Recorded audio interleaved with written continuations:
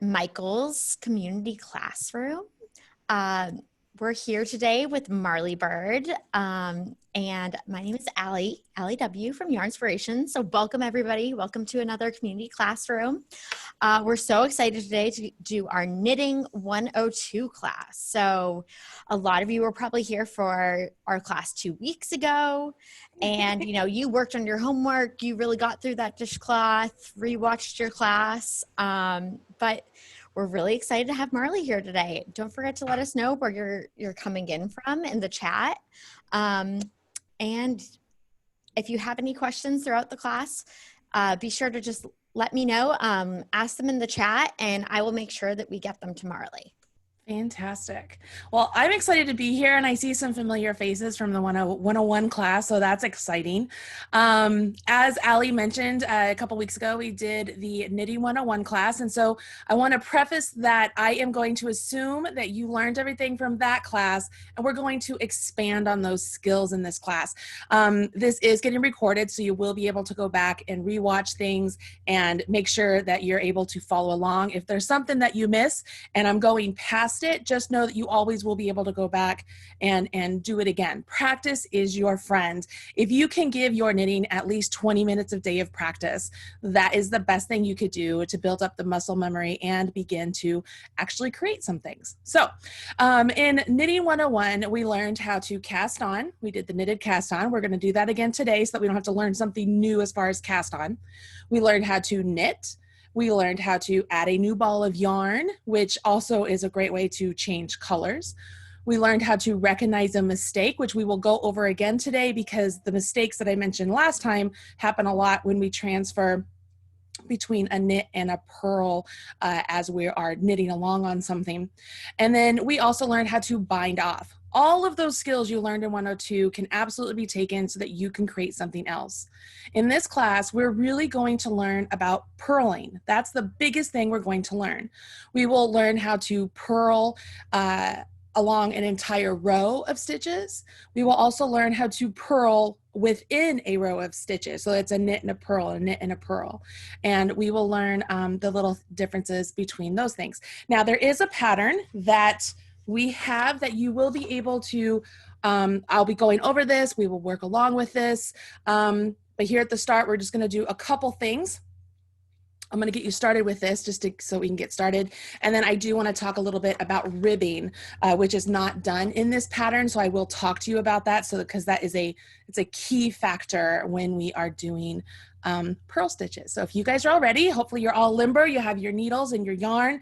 I'm just using some size 7 needles today. I have both straights and circulars. It doesn't matter what you are using, you use what you're most comfortable with. And then I'm using some worsted weight yarn. I will be using Lilly Sugar and Cream for the video today. And I'm ready. So here we go, y'all. Here we go. Okay, can you hear me all right still? Move my microphone over so that way you could hear me. Okay, so down here, I have, this is my little tiny swatch. Oh, continue. I have my little tiny swatch here, which is a sweet little condensed version of what this bigger one is. And so this is actually called the Textured Knit Dishcloth. And this dishcloth, let me move my needles, has a combination of stitches. We have garter stitch, right down here. And we know how to do that. We learned that in the 101 class, right? That's just knitting every row. Here's a little thing that I used to tell my beginner knitters. Garter is knitting every row. Unless you are sadistic and you like to purl, you can purl every row and get garter stitch as well. So whether you're knitting every single row, you can get garter stitch. If you want to purl every single row, you can get garter stitch. And it's one of those knitter jokes, right? Because some people just don't like to purl. So we know how to do all of these stitches. We know how to do these stitches. We know how to do these little like blurp stitches in here because those are just garter stitch blurps in a sea of what's called stockinette stitch. So stockinette stitch is going to be your first key word. Oops, hold on. So sorry. I had a phone call come in. That is the first time that has happened. Okay, so we have a sea of stockinette, and stockinette is where you have knits and purls worked in rows, so you get the really nice V's, you know, when you're looking like at a knit sweater, those nice V's. So you get those if you knit one whole row on the right side of your fabric, and on the wrong side of your fabric, you purl the whole row, because the back side of a knit is a purl and the back side of a purl is a knit. So right here, if we're looking at these V's right here, those are knit stitches. But if I rotate this over, you see how now I have all these bumps? Those are purl stitches. So it's like if I put a quarter down, if I have a quarter heads up, right? I have a quarter down there and it's heads up. But I also know that if this were just like a glass table and I looked underneath my quarter, I'm going to be looking at tails, right? Same thing. Think of your knits as the heads up on your quarter. Your purls are the tails of your quarter. Okay, so it's just the opposite side of the stitch. So let's start off here at the beginning and let's get some stitches cast on.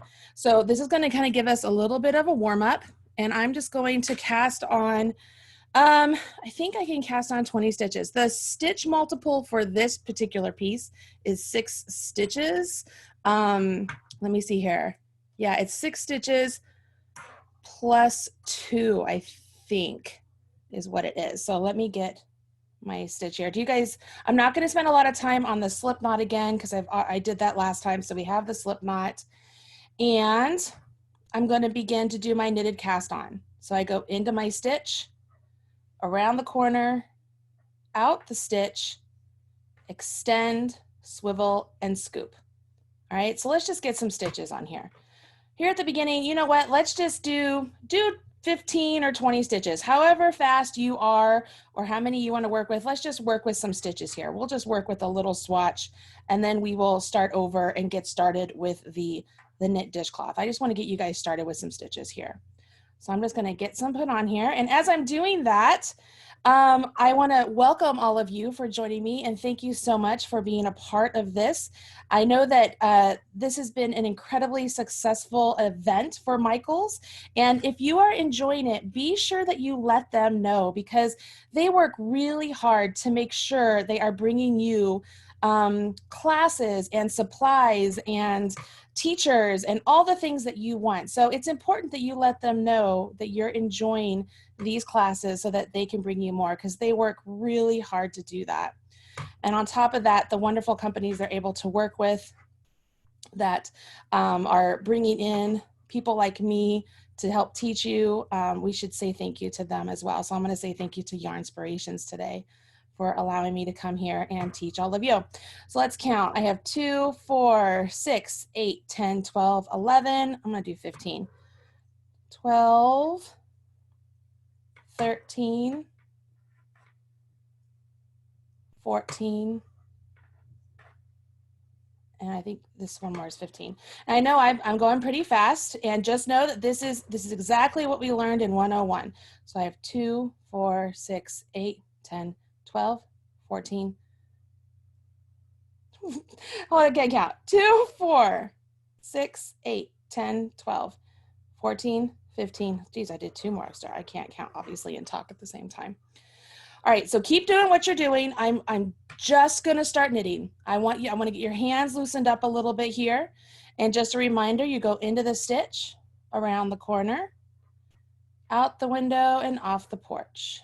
Into the stitch, around the corner, out the window, off the porch. So I just want to get used to knitting, okay? I want to get us a little bit of fabric here that we can work into and kind of get us moving along. I hope all of you have taken the time to practice a little bit. Maybe you did make that Dippity Doodah dishcloth from last time. I know that I've made several since then because I really have enjoyed it. I just found myself grabbing all of my scrap yarn and just changing colors whenever and just knitting along. And I use them a lot to, I usually use mine to take off my makeup instead of as dishcloths, because they feel good on my face. How are we doing? How's everybody saying here? So we're doing good. I just wanted to let everyone know. So we had a Knitting 101 class 2 weeks ago. I will drop that link here in the chat. And that really covers all of the basics. This is definitely still a beginner-friendly class, but if Yes. you have never picked up needles before, it would definitely be great to go back and watch the Knitting 101 class. Absolutely. I am building this class on that Knitting 101 class. So for sure, you have to at least make sure you know those items from the Knitting 101. It just makes the most sense to do it, divide it up in that manner. So that way you can tackle all of those new items in 101. And in this one, we'll be tackling some purls. Now, as I mentioned right here at the start, I'm just going to get you started working with some stitches, learning how to work those purls in a row and work those purls in sequence. And then we will restart and actually do a dishcloth. Okay, so right here, I just want to get you going and get used to some things. Everybody looking pretty good? Hopefully you're able to cast on and at least knit one row. I'm going to knit one more row just so you guys can see me knitting, and then we will jump in to the purls, which are very, very, very simple.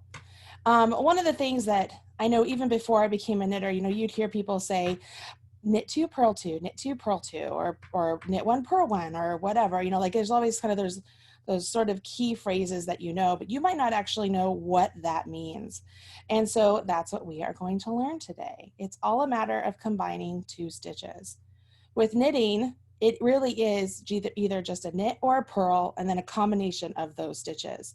With crochet, it's completely different. You have a chain, a slip stitch, a single, a double, a treble, a double treble, a quadruple treble. Like, there's so many different stitches you can do, and you can put your hook in so many different places. And for the most part with knitting, you are only dealing with the stitches that are on your needle. So it's a very, I want to say it's a very, I think of knitting as a very type A sort of craft, because it's like, nope, do not deviate from the path. These are your stitches. These are what you're going to work on. Don't be dropping down here to get any stitches. We want these. And so it's a very organized, very well balanced craft. And I love it so much.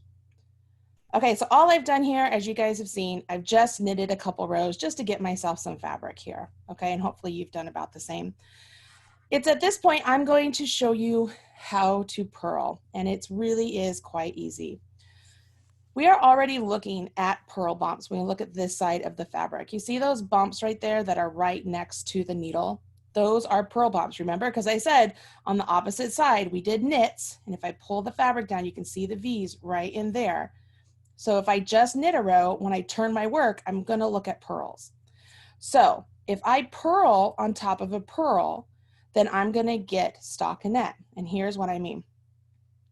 First things first, you want to make sure your yarn is in front of your needles. So it's in front here. When we knit, our yarn has been back here. When we purl, we want our yarn in front.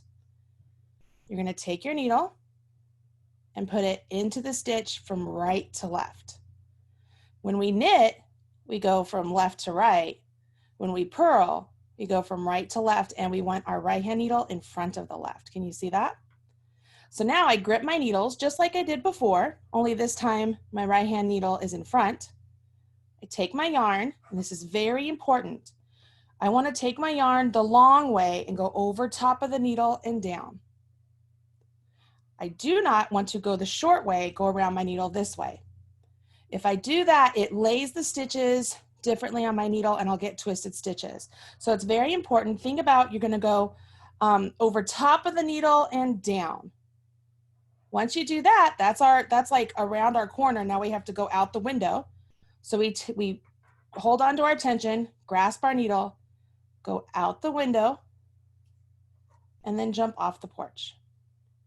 So I'm going to say in the back door, around the corner, out the window, off the porch. In the window, around the corner, out the window, off the porch. I think I said in the window. In the door, around the corner, out the window, off the porch. Notice my yarn is still in front here. So I go in, around, out, and off. And it's okay if this is really fiddly and you feel nervous and it feels awkward. I felt the exact same way the first time I ever did this. That is perfectly normal. You're doing something completely new that you've never done before. So give yourself a little bit of a break and some patience and take all the time you need to do this, okay? This is all we're going to be doing. Any questions, Allie? What type of needles are you using today? I'm using signature needles. They're just straight needles, size 7. Just some size 7 straight needles. You can use any type of needle. You could use bamboo, you could use metal, you could use plastic. Whatever you can find at Michael's would work great. Just make sure you get the correct size to help you get the correct gauge. I prefer metal needles because I like how smooth they are. And I'm always in control of my stitches. Remember, we talked about that in 101. You don't get to control a lot of things in life, so control your stitches by making sure you lay your hand or put your finger on your stitch and don't let it jump off before you want it to. All right, so I have finished my row of purls, and just like before, I just switched my needles into the opposite hand. This is going to be the first time that you will notice that the stitches you're going to be working into don't have that bump. See, there's no bump there.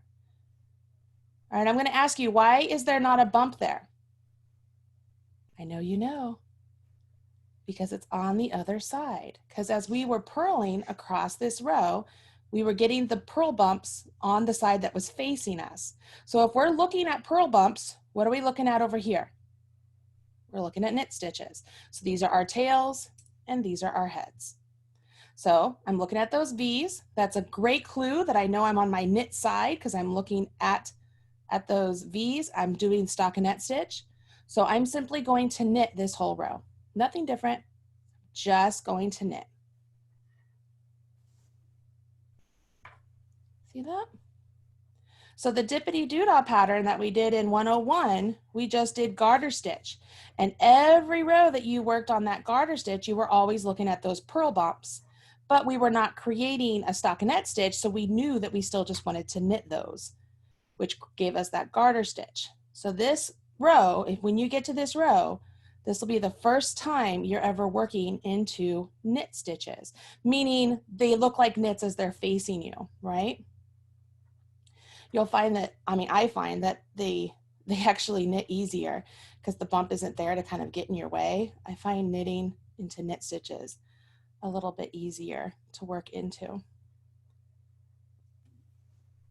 We're going to do this for a little bit here just so that we can get some practice. It's all about practice. When you finish this row and you pull those stitches down, you'll be like, oh, look, I'm looking at something different now. I have a new stitch. Well, congratulations. You just did stockinette stitch. Can you see that? You see how that stockinette stitch works? So down here, we have garter stitch. And right here where you're starting to see those rows of V's, those are knit stitches, and that's stockinette we're creating. And on the opposite side of stockinette is called reverse stockinette, where it's really just the purl side. You see that? I do want to remind everybody, this loose stitch down here, do not pull up on your yarn like that to get that stitch to tighten up. We want to make sure we see that purl bump there. And remember, we did a wiggle and tug to tighten the stitch. Okay, so I go into the stitch. Ooh, I have stitch markers and everything over here waiting for the next part.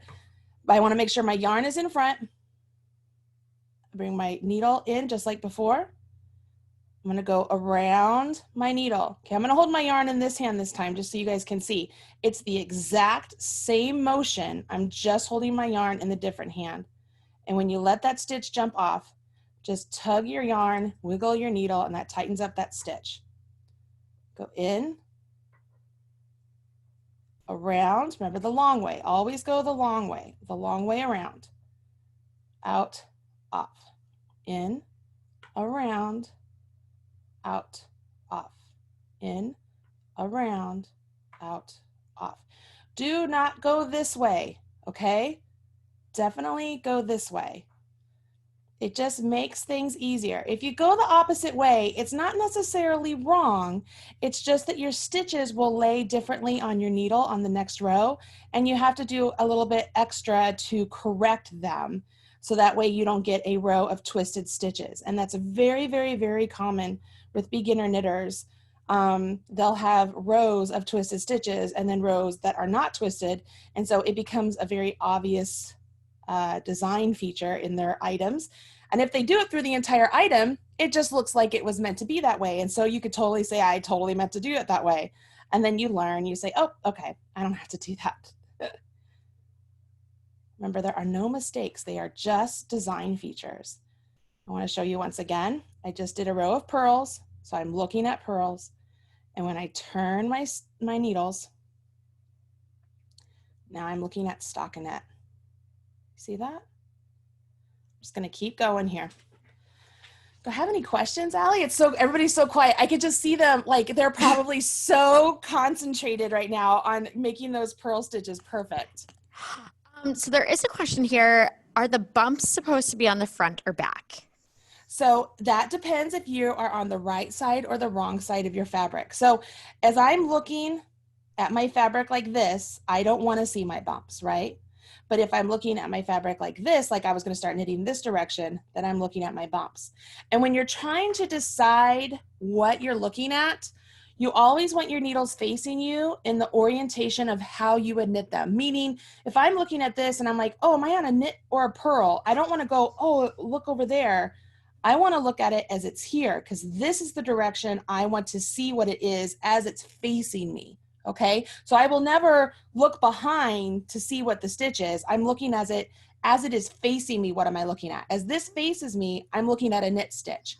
If I were, say I was knitting like this, I'm going back that direction, I'd say as this is facing me, I'm looking at a purl stitch. Does that make sense? Am I making sense there? Yeah, I think so. Okay, it's very important you look at the stitches as they're facing you. Okay. B had a question about the pattern. Okay. She about wants the textured. Yep. She wants to know if the pattern tells her how many rows to knit and how many rows to purl. Yes. So the pattern itself, when we get to the pattern itself, we'll look at the instructions, but it will tell you exactly what rows you're supposed to do, either just knit or what rows you're supposed to purl. But you could see there it says knit 5, purl the last 5 stitches, knit 5. That's so that way you can keep that garter stitch on the sides, but then it keeps the purls in the center. But then it's when we get to the 4th row that things get interesting because we have knits and purls within the same row. And then same thing with row 10. So yeah, the pattern itself will tell you when to do what. And all patterns are like that. So the biggest thing here is we're understanding how to do a purl stitch. We're understanding what to look for as we're doing the purl stitch. We're understanding how to read our stitches, because if you can read your stitches, if you can look at your stitches and say, I'm looking at a knit, I'm looking at a purl, I'm looking at an accidental yarn over, I'm looking at this, I'm looking at that, you will be able to diagnose and fix any mistakes you might make. So it's very important to be able to read your stitches. And that's one of the biggest mistakes beginners will do, is they will just do what the pattern tells them, but they don't fully understand what it is they're doing. So then when they come to a mistake, they don't know how to fix it. Okay, does that make sense? Awesome. Yep. Okay, I want to do one more row of purls, and then we are going to combine knits and purls after that. Okay, so I'm at the end, and I don't care where you are in your pattern. I know that I go a little bit faster than you guys. I'm trying to slow down. And you might just have 2 rows in, and that's absolutely okay. Okay, remember, this is getting recorded. You can take time to rewatch the video, pause it, get a couple rows, come back. There's lots of opportunities here. Okay, so I have the yarn forward when we purl. That's very important. Okay, so my yarn's ahead. I put my needle in to the front, and I go around my needle. So I'm going to purl back. Really slow and methodical. And as you get going, it gets faster. Here's a little tip. I know that there are a lot of people who will go to purl like this, and then they'll take their yarn and they pull up like that to kind of tighten it. Don't do that. You are tightening your stitches so small that you're actually shrinking the size of the row. And so it will be noticeable that you have shorter stitches, like a row of short stitches. and it will be more difficult to get into. So I often will think to myself after I purl, see how my yarn, it's down there. Like, yeah, I'm holding it up here, but I'm not like pulling it up. Am I like, it's relaxed, it's down here. Like my yarn is not all the way up there. So I just make sure that it's a nice and relaxed stitch where it's not going to fall off my needle unless I let it, but I don't have it over tightened. Okay. And as you get going, I mean, you could get real comfortable. There are some people who are real comfortable and they don't have to let go of their needles. Like I'm always trying to do that, like right here, right? I'm not trying not to let go, but I struggle with that. Now, if I were holding my yarn in my left hand, again, it's the same motion, the same action. I'm just holding my yarn in a different hand. So I go around, see, just like before, go the long way around and out. In, long way around and out. And this is called continental. So it's just a style of knitting, meaning you just hold your yarn in the left hand, and it's really common for crocheters to do that. All right, so I'm going to turn, and now we're going to introduce knits and purls within the same row, okay, guys? So I have this nice like bed of stockinette. See how pretty that is? Isn't that cool? So we have the garter stitch, we have this nice bed of stockinette, and now we're like, okay, that's cool, Marley. Like I like the knits and the purls, but what if I want to do a combination of knits and purls? What if I want to do that knit 2, purl 2, or knit 1, purl 1, and get a combination where I get some ribbing? Well, let's do that. All right, here we go, y'all. The biggest thing to remember as you're transitioning from a knit stitch to a purl stitch, to a knit stitch to the purl stitch, is our yarn has to move from the back and to the front, to the back and to the front. And we move our yarn between our needles. Okay, so here we go. I'm going to start off with a knit stitch. So I'm going to go in, I'm going to knit. And when that stitch jumps off, I now have to take my yarn and go between my needles and bring it to the front. I'm going to show you that again. I take my yarn that's in back because I just knit one. I go between my needles and I bring it to the front. Now by doing that, I'm now positioned my yarn where it's in front and I can purl a stitch. If I want to knit the next stitch, what do you think I do? I take my yarn, go between my needles and bring it to the back. Now my yarn is in back and I'm ready to knit a stitch. The last thing you want to do is if your yarn's in back and you're like, oh, I got to bring it to the front, and you bring it over to the front like this. If you do that, you're going to get a yarn over, which we talked about in the 101 class, where it's an accidental stitch and you get a hole. So I'm going to do that just so that you can see what it would look like. But try not to do this. Don't do what I'm doing. And then I'm going to bring my yarn between my needles back to the back. See how goofy that looks? Can you see how goofy that looks? So that's what it would look like if you went over top of your needles to do your purl stitch. You might be like, Marley, that doesn't look right. I did something wrong. What do I do? And you might freak out. But I will show you how to fix that when we come back to it, okay? So I bring my yarn between my needles. It's back to the back, and I knit. Bring my yarn between my needles to the front, and I purl. Bring my yarn between my needles to the back and I knit. Between my needles and I purl. Between my needles and I knit.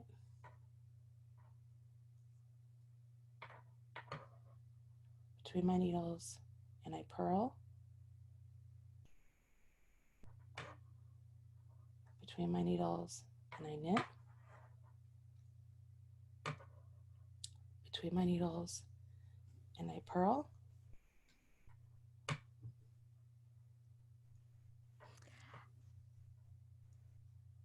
I'm just going to do this all the way to the end, y'all.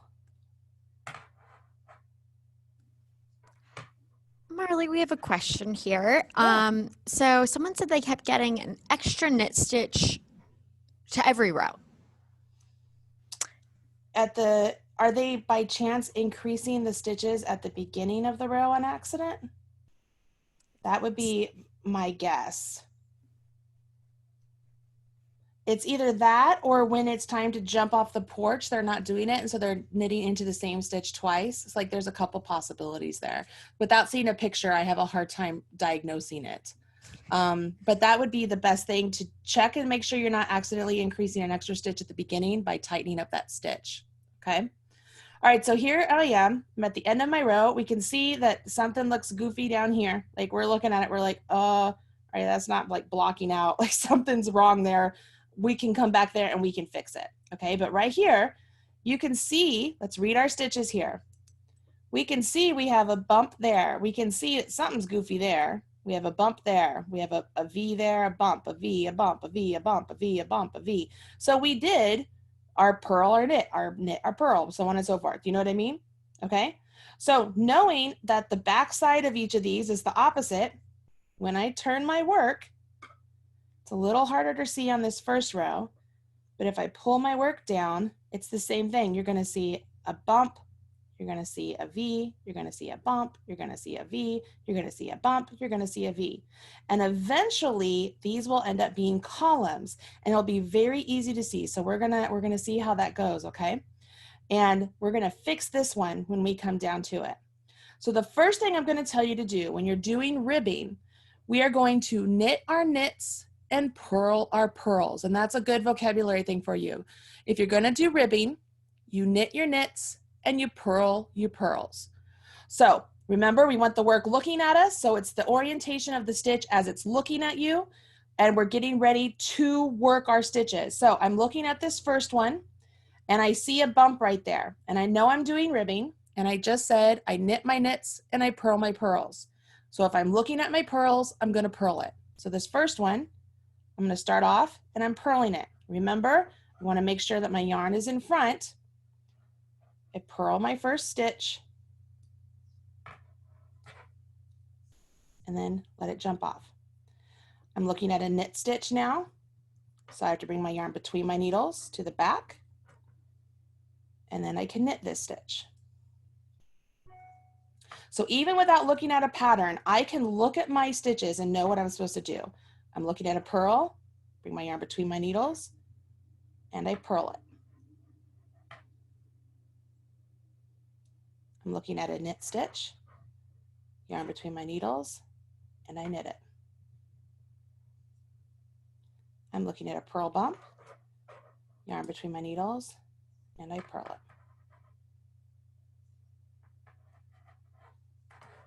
Yarn between my needles. I'm looking at a knit, and I knit it. Yarn between my needles. I'm looking at a purl bump, I purl it. Yarn between my needles, looking at a knit stitch, I knit it. Looking at a purl bump between my needles, and I purl it. Yarn between my needles, I'm looking at a knit stitch, and I knit it. I'm looking at a purl bump, yarn between my needles, and I purl it. All right, here's where we're getting something goofy. We're like, what is happening? So that's the stitch that looks goofy. So this one here, if I kind of extend it, it looks like a knit, right? I don't see a bump there. And this one here, it looks like the bump is way up there. It's been pulled up real high, right? So what I'm gonna do is I'm going to bring my yarn between my needles. It also helps that I know my sequence is a purl, knit, purl. So I know that in sequence, that one should be a knit. So I'm just going to make sure I knit that one stitch. And when I do that and I let that jump off, okay, now I'm back to this.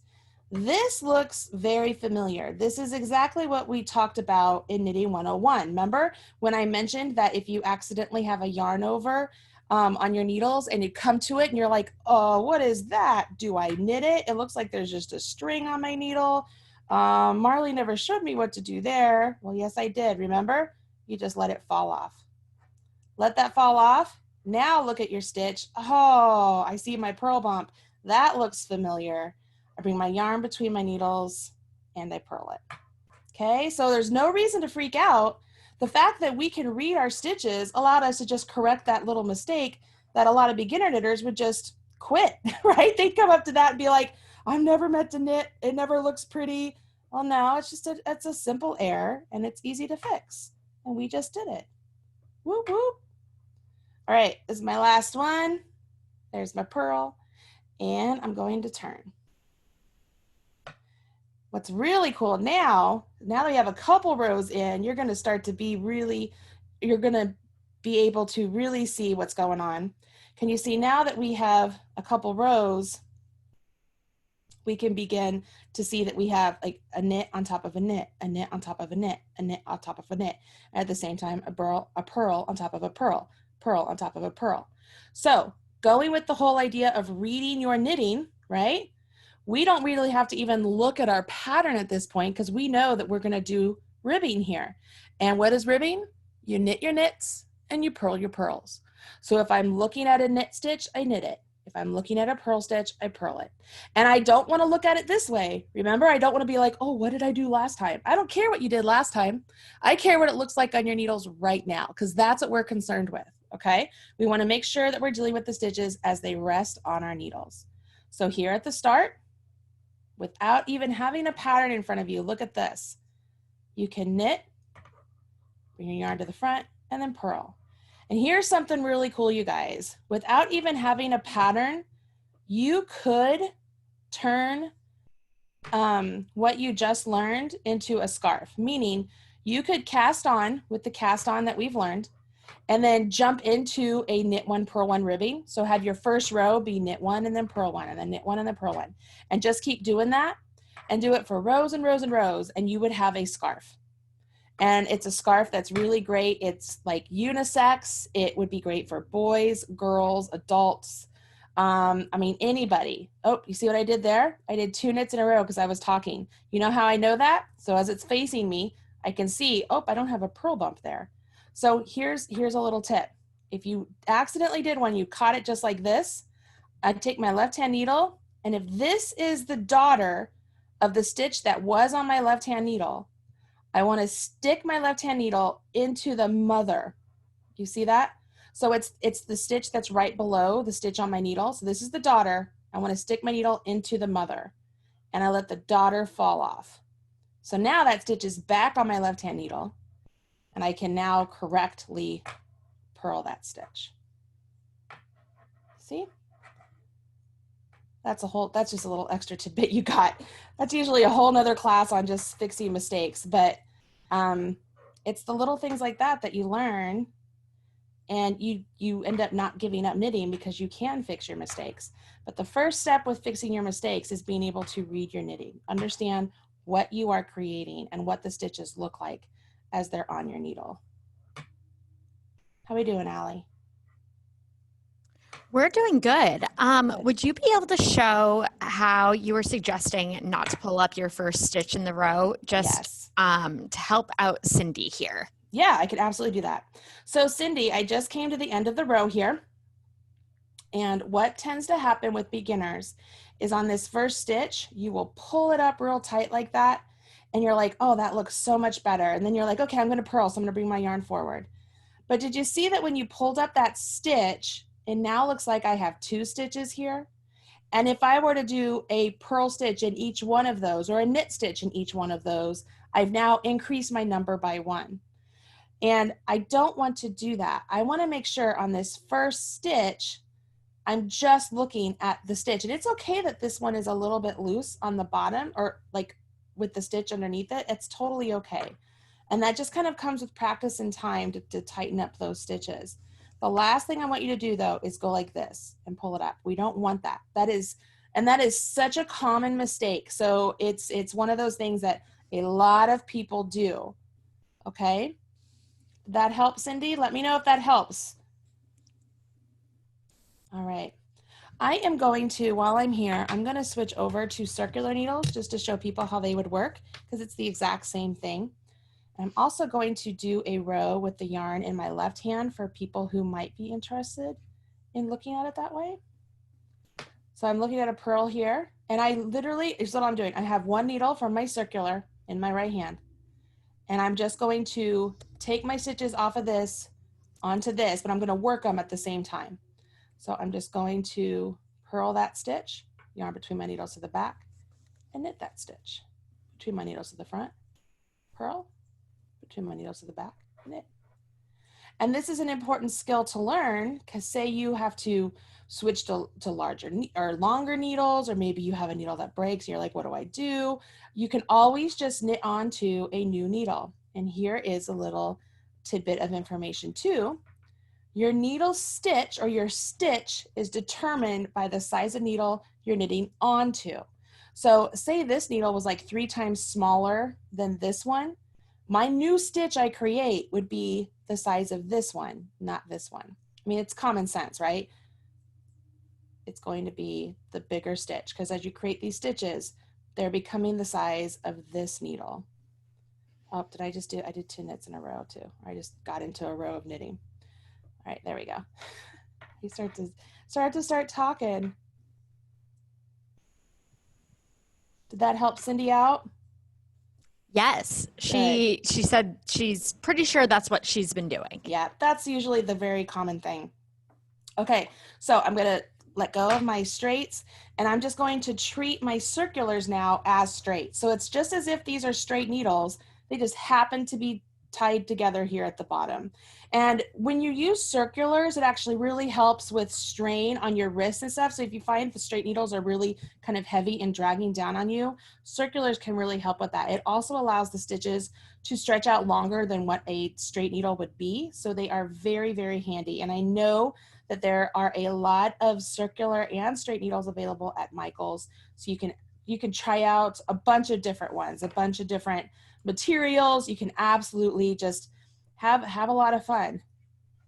Have a lot of fun with that. Again, I'm holding my yarn in my left hand for what I'm doing right now, but it's literally the same action as when I hold it in my right hand. And you'll notice I'm a little bit faster with it in my left hand. That's because that's my preferred way. So I'm much more proficient with it. And I don't have to let go of my needles when I do it that way either. Hey, Marley, I just wanted to Yes. give you a time check that it's Thank you. 1:42. That's awesome. I was just going to check that. I was going to say, are we going to hop back over to cover the basics of the pattern? Yes. So I was actually going to keep working on this one and show what the pattern would be. Like I'm not going to have them cast on again. I'm just going to have them work with this. Awesome. All right, so get to the end of the row, whatever you're on. Thank you for that. It's like you're reading my mind, Allie, because I was just going to look at the clock. Okay, so get to the end of the row, whatever you're on, and take a look at your fabric. And what you're going to notice is that you now have a little bit of a sampler here, right? We have some garter stitch, we have some stockinette, and now we have some ribbing, all right?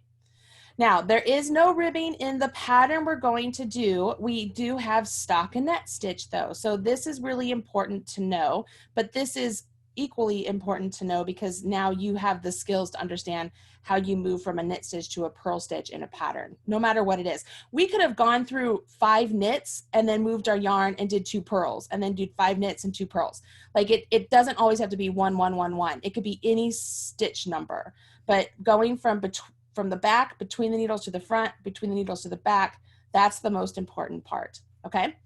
Okay, so in this stitch pattern right here, you guys, what it does, and we're gonna take a look at this one that I have brought up.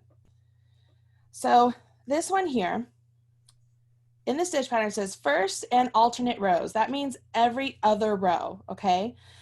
Which will be your right side, you're gonna knit. So every time you're on the right side of your fabric, you're just going to knit all of the stitches. So any of the action rows or anything where things get different are always on the wrong side, okay? So that's important because if you wanted to take a marker, and because I'm a big proponent of markers, you guys, if you take a marker and just as you're working on your fabric, stick it on the right side, you could know that anytime you're looking at your stitches, remember, because it's whenever you're looking at the stitches as they're facing you, if you see that marker, you'd be like, oh, I'm on a right side. I know I'm just going to knit. Okay, so you can use a marker to your advantage. On the wrong side, that's when things get different. You'll see that it says K5. That means we're going to knit 5. That's going to give us this 5-stitch border here. Can you see those 5 stitches that are just in stockinette, or not stock, in garter stitch? Okay, so these knit 5s at the start and at the end of the row are going to be knits always. It's here in the center when things get different. So on the second row, it says purl to last 5 stitches. So to put it real easily, it's knit 5, purl all the way over here, and knit 5 more. And then on row 3, you would just knit. Row 4, you would knit 5. You would purl 2, and then you would knit 4, and then purl 2. And you would do that all the way until you got to the last knit 5, and you knit 5. And then row 5 would be knit. Row 6 is the same as row 4, so you would repeat that. Row 7 would be knit. Row 8 is the same as row 2, so you'd go back to this. And then row 9 would be knit, and on row 10, it switches it up, and all it's doing here is it's making it so that these garter stitch sections are staggered. Okay, does that make sense? So just for the ease of things, let's do this. I got a question here. Yes. How do you maintain your tension when continental knitting? Continental knitting. So for me, I do the same thing as when I'm crocheting. I wrap the yarn around my pinky a couple times, and then I take my fingers and I go underneath, and then my pinky kind of acts as a lever to kind of give myself more yarn to feed. And so for me, I go like this, and so I use this finger a lot to move my needle where I need it to go, or not my needle, my yarn. See how I use that? So I move my yarn forward and I purl, move my yarn back, and then as I knit, I go around. But as far as tension, I really hold it on my pinky. And I do the same thing over here too. The best answer is that you're gonna find a way that works for you, and it will eventually just kind of happen, and you'll realize that you're holding it the same way every time, and it will be easy, okay? All right, so I'm gonna pretend I am on a right side row. We're gonna pretend this is the right side of our fabric. So I'm gonna take a marker, and I'm just going to put a marker over here. So every time I see that marker, I know I'm on the right side. So if we're going by the pattern, when we're on the right side, what do? We knit. So we just knit all the stitches. So I'm just gonna knit all the stitches.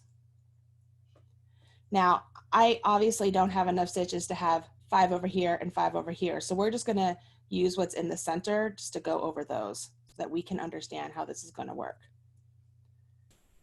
We're gonna pretend, we're gonna do some imagination right here to make it easy for everybody to work together.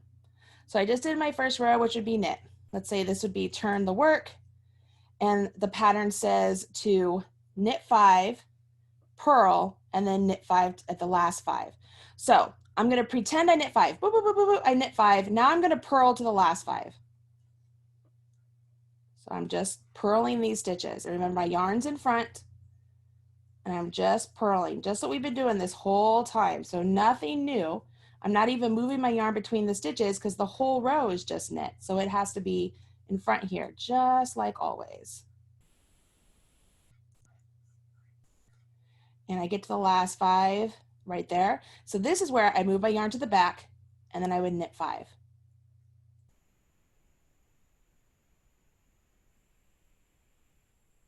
Okay, turn your work. We're back to the front, and we know that, 1, because we know that. 2, we see our marker. We're like, okay, great. What do we do on the front? We knit. So I'm just gonna knit all of these stitches. Notice I'm starting to get my garter stitch going over here. I would have it on the other side too.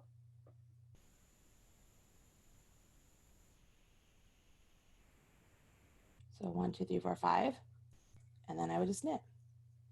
One thing you could do, I'm going to give you a suggestion here. 1, 2, 3, 4, 5. If you wanted to take a marker and place a marker after those 5, you could do that, and then that'll let you know that those are always in garter. You could do that, the same thing over here. The biggest thing there is that when you get to row 10, it says to knit 8, so it counts as 5 of these and then 3 more. So it would be knit 8. So you would knit 5 and then knit 3 more. But that's the only thing. So the marker is just helpful if you want to remember that those always need to be in garter stitch. I love markers. Markers are very helpful. And you can make markers like this. Go to the beading section at Michael's. There's a lot of options, you guys. Oh my gosh, you can get lost. Go to the yarn and the beading section. Oh my gosh, I could spend an afternoon there for real. Like for real. Okay, so right here, let's pretend we're on row 4. So row 4 has a start with a knit 5. So we're gonna pretend, boop, boop, boop, we knit 5. Then it says purl 2. So I'm gonna start with purl 2. So purl 1, purl 2. And then you'll see the pattern. This is important because all patterns are written this way, guys. Let me grab a pen. You see this star right here, that asterisk? Okay, that's important because it's at that point, the instructions after that are what you're going to repeat. So you'll see it says knit 4, purl 2, repeat from star to the last 5 stitches. Okay, so we did this purl 2, but that's not what we repeat. We only repeat right here. Okay, same thing down here. When you see that star, you're only going to repeat here. And you repeat that to the last 4 stitches down there. All right, so I purled 2. Now here's my repeat. I bring my yarn between my needles to the back and I knit 4.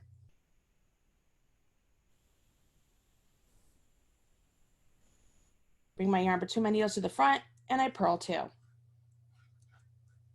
That would be my first repeat, and then I would do that again to the last 5 stitches. Obviously, I don't have enough stitches for that, but that's what you would keep repeating. You would repeat this, knit 4, purl 2. And you would do that all the way to the last 5 stitches. So I'm just gonna, I'll just do these knits because why not? No big deal. So we're down to the last 5 stitches. Move my marker if you have a marker, and then knit the last 5. Does that make sense, everybody? I hope that makes sense. Like, it's really logical once you just have the pattern in front of you. Once you have all 42 stitches that you're going to cast on, it will make total sense. Okay? Turn your work. We're on our right side, so we know we're just going to knit all the stitches. And what's cool this time, now that we have that row 4 where we combine knits and purls within the row, now this is where we're going to begin to see that we get some texture on the dishcloth. So those were ones I knit, and I'm just supposed to knit them because that's what this row says. These 2 right here, those are the 2 purls I did, but see how we're on the opposite side? They look like knits, and I'm just supposed to knit them because I'm on a right side row. These ones here, those are the knits I did on the other side, but because we're on the opposite side, they look like purls, and we're just supposed to knit them. We're going to keep those. This would be garter stitch, right? Because if they're knits on both of them. And these 2 here, those were the first 2 purls we did, but on this side they're knits, so I would just knit them. You see what I mean about reading your stitches? I mean, once you understand what your stitches look like, it makes a lot more sense what's happening. Okay, so let's turn our work. Let's go back. This says the same as row 4. Well, row 4 was knit 5. We're going to pretend we did that. And then we have purl 2. So I'll purl 1 and I'll purl 2. Then we have our repeat. Go between the stitches. I knit 4. 1, 2, 3, 4. Between the stitches and purl 2. And that's my repeat. Remember, I do that all the way along. Of course, I don't have enough stitches, so I'm going to keep going to the last 5 stitches, and then you knit them. Allie, how's everybody doing? Everyone's doing great. Good. Good. All right, turn my work. I'm on my knit side. Whoop, whoop. So I just knit. You guys have learned so much. I know it's like, all right, we only learned the purl stitch. No, you learned so much. You learned how to do stockinette. You learned how to do ribbing. You learned how to read your stitches. You're now learning how to read a pattern and understand how the repeats work. You're understanding how to use stitch markers. I mean, there's so many benefits to just learning what you've learned. I don't need to purl all those. Anyways, you get what I'm doing. You get what I'm doing, right? Like, this makes sense? You guys see all that? It's pretty easy once you get going. And then, so like this is row 4 and 6. And then when it transitions to where you're on row 10 and 12, that's when you get these out here. So it makes everything staggered. And that's the same thing right here. You get those staggers. And so now that you know how to purl, you can create all that stockinette in between. And then you get those garter stitches in there. Awesome. Right, we had a question come in. If you could just show a little bit about how you're holding the yarn again. Okay, in which hand, left or right? They said they're a crocheter and they don't have any problems with that. So okay, well here, let's do this. I'm going to actually grab a crochet hook. Hold on. I want to show something. All right, so if I wanted to crochet this, right? Let's say this was just some fabric. I'd be going in and I would go under, right? But with knitting, we go over. Okay, that's the first big difference for crochet, okay? So crochet, we go under. Knitting, we go over. And just like I hold my yarn when I crochet, I'm doing the same thing when I knit. So I'm not sure how the person holds their yarn when they crochet, but it's the same thing. But instead of going under, you want to go over and come out. So, I mean, I technically could knit with a crochet hook, but I always have to remind myself to go over because I have muscle memory of when I'm holding the hook to go in and go under like that, but it's over. You want to go over, just like that. And I'm holding the yarn just like I do when I crochet. I have it wrapped around my pinky, just up over my finger. Now I have to transfer all these to a needle. I know, but you could do this. Actually, this is a great way to bind off. You could use a crochet hook to bind off because it's like a slip stitch. But learning both is great. There you go. Awesome. If anyone has any last minute questions, feel free to ask them in the chat. This is somebody's going to ask me, this is a Susan Bates hook. This is a handle that was specially made for my hook because my hands get really tired. And because I hold my crochet hook like pencils, I don't hold it like this. I hold it like this. And so it's a specially made handle, but it's a Susan Bates hook. Because somebody's going to ask me. Cindy said that when you just showed with the crochet hook, that the light bulb went off. That's usually what happens. That's why I wanted to grab it. It's because it's like, oh, but they're the same. They're the same. They absolutely are. You just wrap your yarn differently, and it's the same thing. It's just, you know, crocheters, they have the hook at the end to pull the yarn through, and knitters, they just use their needle to pull the yarn through. It's pretty cool. Gail, it's good to see you here again, my friend. I love it. I don't know. You guys, look, knitting is one of those things that you have to give yourself time to practice. So again, 20 minutes a day will be your friend. Practice knits and purls. Do a little swatch like this. Like just cast on 10 stitches and go through several rows of garter stitch, go through several rows of stockinette, and then go to ribbing. And then you could combine something. Here's something for you. You could do what's called seed stitch. It's just like ribbing. However, instead of knitting your knits and purling your purls, you do the opposite. So you would purl your knits and knit your purls every row. So if you were looking at a purl, you would knit it. If you were looking at a knit, you'd purl it. So that would give you like a bumpy sort of fabric. So you could do all of that right now with just what you've learned. And now with everything you've learned here, you can now move on and learn cables. You can learn lace.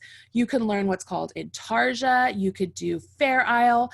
I mean, the sky is the limit for you guys. You've learned so much, and I'm so incredibly proud of you. I really hope you've liked this. I really think like a learn to fix mistakes class would be really good. Just like basic generic mistakes that a lot of people make would be really good. But I love seeing all your faces here. Awesome. Well, I think we're about ready to go. Just as a reminder, everybody, I'm going to drop a link here in the chat.